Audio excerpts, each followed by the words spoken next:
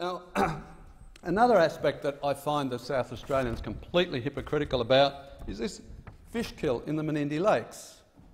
Now, why did the fish die in the Menindee Lakes? There's two factors. One is not enough water, and the other one is the high temperatures. That's what does it. You get blue-green algae, you get other bugs growing in the water. The water's not flowing, there's not enough of it to maintain an oxygen supply, and it kills the fish. Why was there not enough water in the Menindee Lakes?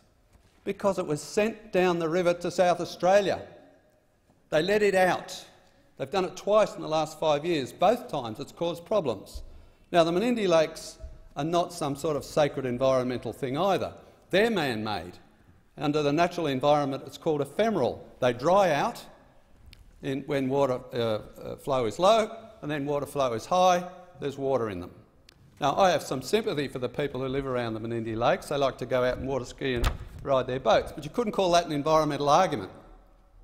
And in fact, the best person to emerge out of this issue on the Menindee Lakes is the Honourable Niall Blair, MLC, New South Wales Minister for Water, who's now saying there will be no more releases of water from the Menindee Lakes to send down to South Australia. And guess what happens when it gets to South Australia? It ends up in Lake Alexandrina and evaporates. Nobody is any better off, and neither is the environment any better off. I'm appalled that the Royal Commission, the South Australian Royal Commission, is being quoted. The South Australian Royal Commission, despite the fact that it was a New South Wales QC, he might as well have said, "Give me all your propaganda, South Australia, and I'll put it into report." That's what it amounts to. It's nothing more than a fancy argument for saying, send more water to South Australia. Why? Because environment. What about the environment? No, don't go there. Just environment. South Australia needs more water. Otherwise, the Murray-Darling Basin plan, the whole Murray-Darling is going to die unless South Australia gets more water. One final aspect that I want to bring into this discussion about South Australia is the Commonwealth Water Holder. The Commonwealth Environmental Water Holder is the custodian of all the water owned by the Commonwealth for environmental purposes. But it is asked to release water by the various water owners. There is good evidence that the South Australian government has asked or requested, and it's been acted on, the Commonwealth Environmental Water Holder to send water down to the South Australian lakes in order to raise the level of the lakes to allow a regatta to occur at Goolwa, a sailing regatta at Goolwa. Environmental water sent down the river to the lake, raise the lake so they can have a sailing regatta. There's good evidence of that. So what's the solution we hear from the South Australians?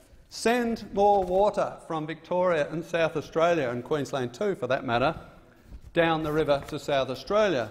And then they can't even get their rivers right. Their Darling and their Murray, they don't even know that there's a difference between them.